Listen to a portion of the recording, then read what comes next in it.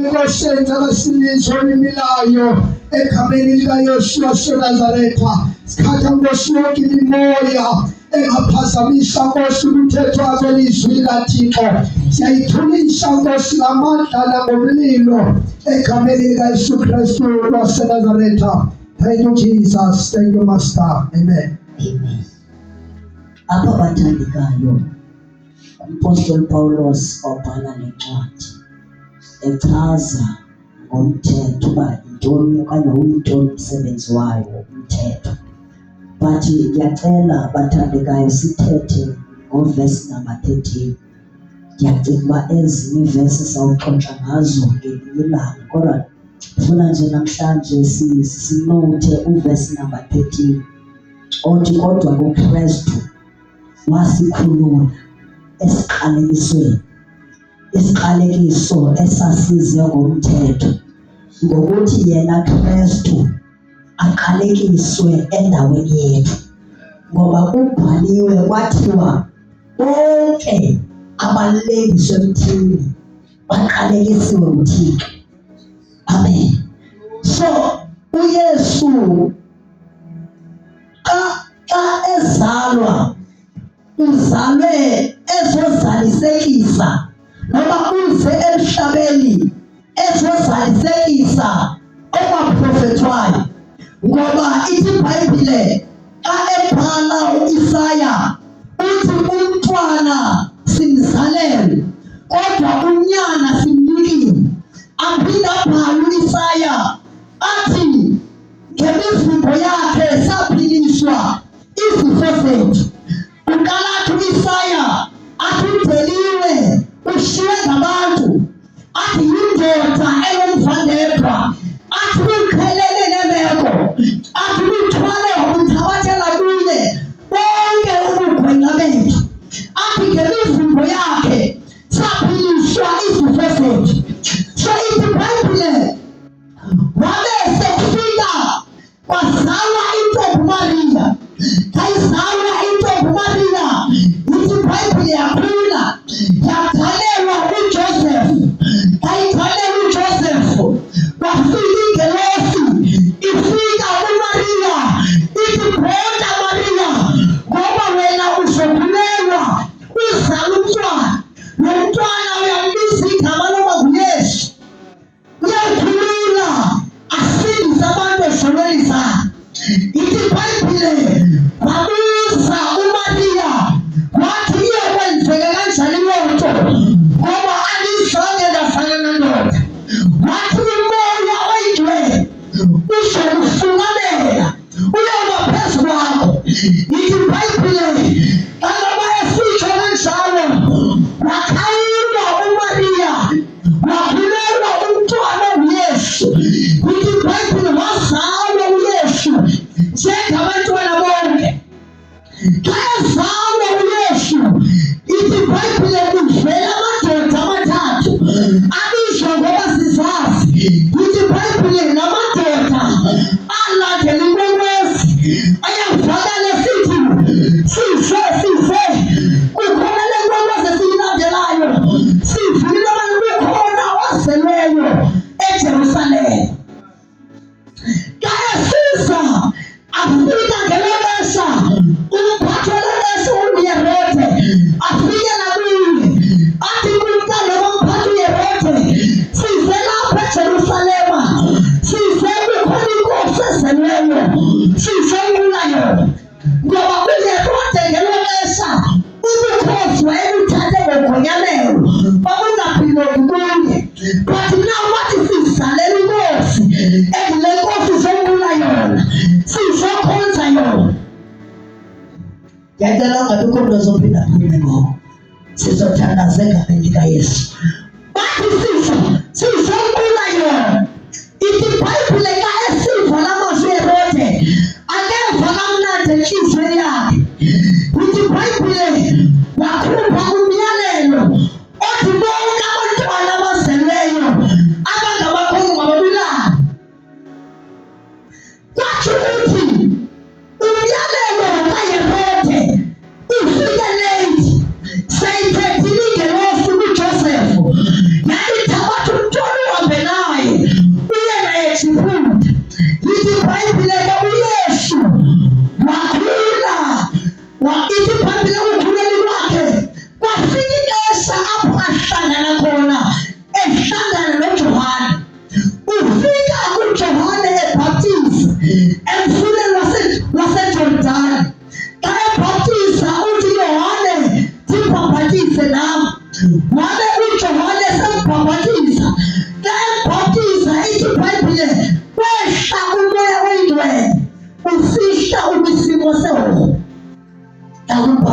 Yesu.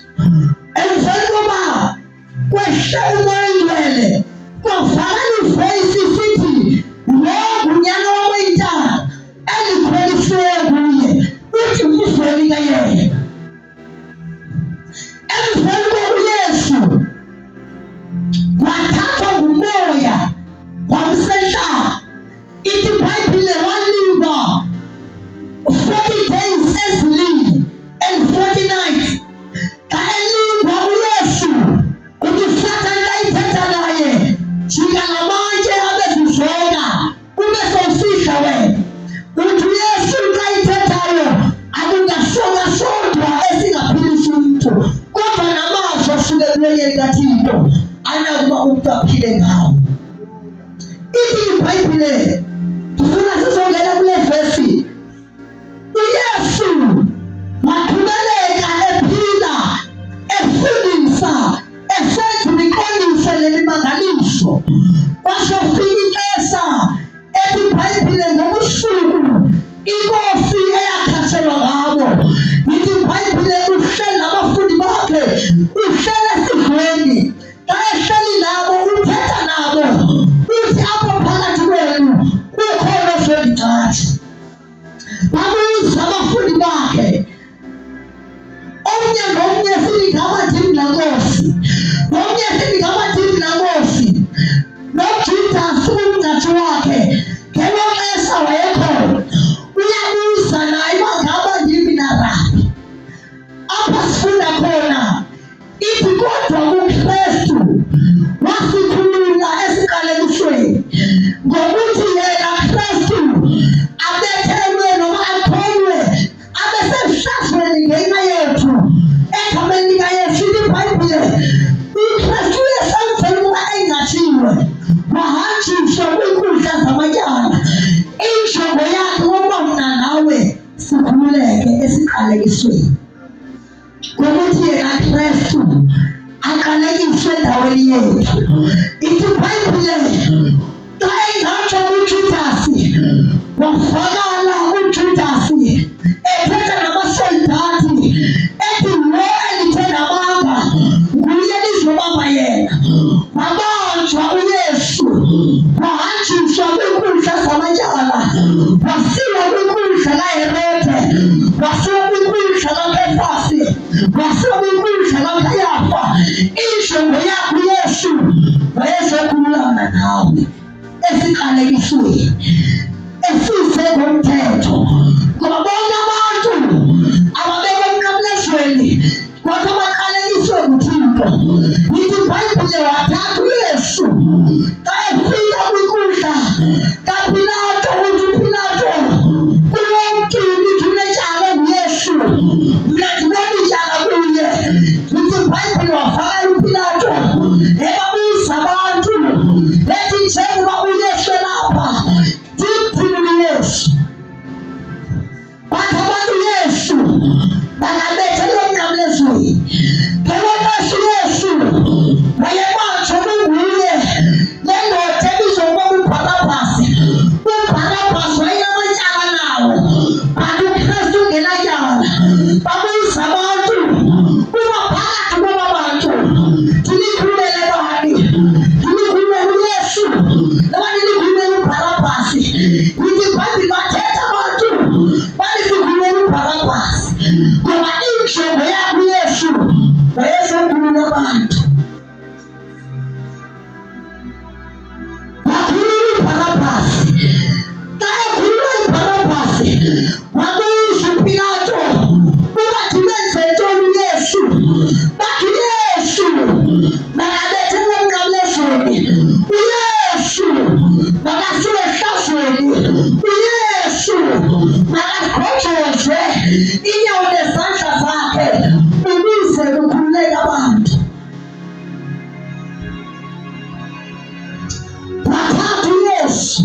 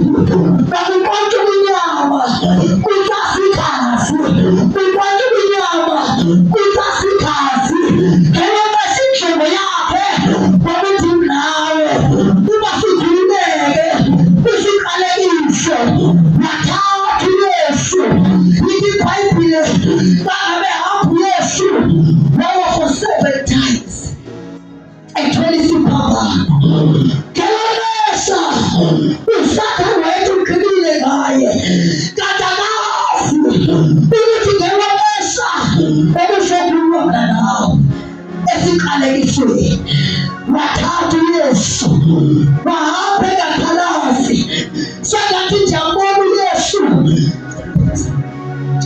ephethe isiphambano esisithazi umzimba wakhe umanqebanqeba umagabana wawungekho ngempesa wawuqayika uYesu ubanjwa wawungena kwaSpiritifyina uma wewuphi kwabantu wayesentile ubuso bakhe wayengasaqhazeki ngendlela wayelethwe ngayo ehambe ngakhalasi injongo yakhe ukuthi nawe yithi iBhayibheli wafika entabeni yehlaso wafika enqamlezweni sabethela izandla zakhe sabethela inyawo zakhe bamthola izigaba sabethwa ngelomesi Yesu wayesokhuluma nawe esiqalekisweni isiqalekiso besizezomthetho kuba wawuthi wekutoni leyo asemnqamlezweni sathwalela umnqamlezo uYesu athi uPawulos wafa endaweni yethu ukuze thina abaphilayo singabi sasiphilela kodwa siphilela yena owafa ngenxa yethu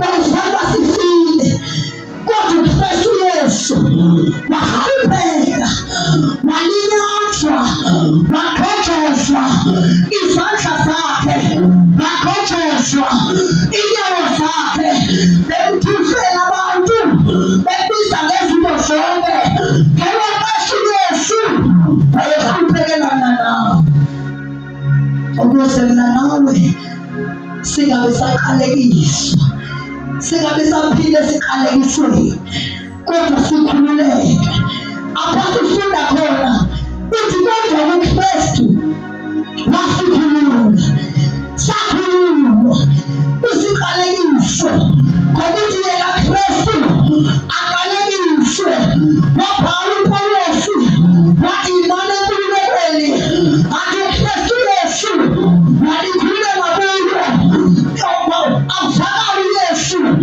wathi kabunyana ethe walikhulula yoba ngawokhululekileyo sakhululwa uKristu Yesu asaphila izinto esizifaka emzimbeni yethu asaphila igazi lambhebhe asaphila igazi lankomo ngoba sakhululwa negazi lebhobhe alimkhulula esiqalekisweni ngaphandle kwegazi likaKristu ungasenzelwa zonke izinto uyenzelwe amasiko senzelwe zonke uthelela inkomo uthelela ibhobhe kodwa umkhulule uKristu Yesu wathathu Yesu sesemnqamlezweni ithi iBhayibheli kwakunendoda le ndoda ibizwa ngelaliso lithathu yathatha umkhonto yahlaba uYesu ephangweni sihlaba uYesu ephangweni ithi iBhayibheli kwaphuma igazi namanzi awele elifeni layo ngoba ithi iBhayibheli yayindaweni kahle aqala bevuleka kwakhululwa lesihake kwakhululwa nomuntu obulalayo ngoba uYesu usikhulule esiqalekisweni esibanjwe zizwe iziqalekiso sefamily zethu iziqalekiso zamakhaya wethu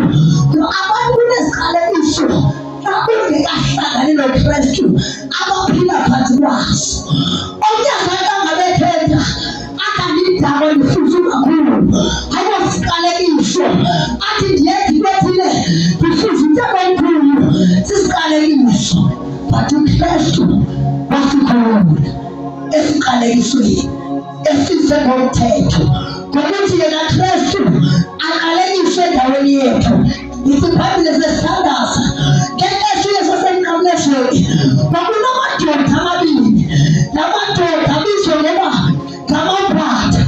Isibhayibhile ithethe ayithethayo ithi sisingise usingise nathi ngoba unyaka kaThixo.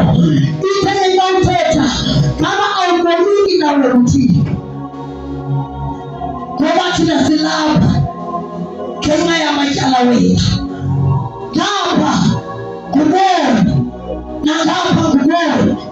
Uthi ayithetha le ingaserayithi ithi awuboniki nawe uthixo. Ibe seyijula ijonga kuYesu sesithandaza ikayijonga kuYesu Nkosi usulikhuphule ebukumkalini bakho. Ndiyayithanda impendulo kaYesu ithi kwanamhlanje ndiyakuba nawe ephakathi likabawo. Ngamanye amagama kwanamhlanje izono zakho ziyokhululwa. Kwanamhlanje amatyala wakho ayokanyagushelwa. Kwanamhlanje ukubona kwakho kuyothethelelwa. Kwanamhlanje isiqalekiso ongene kuso uyawukhululwa kuso. Sabakabe singeya ithi kwanamhlanje ndiyakuba nawe ephakathi likabawo. Ngokuzothandaza mntakamatuwane ithi kwanamhlanje ndiyoba nawe ephakathi likabawo. Ngamanye amagama engenophuma nina wena ngaphakathi ithi kwanamhlanje ndiyakuba nawe ephakathi likabawo. Ngamanye amagama isiqalekiso owaqalekiswa ngaso kumazwi awathethwe empilweni yakho kwanamhlanje uzokhululeka wena egameni likaYesu. Osoyigcwele Thixo wethu namandla, uNkulunkulu ophilayo, nikazi wokuphila kwethu, Nkosi uJesu liwana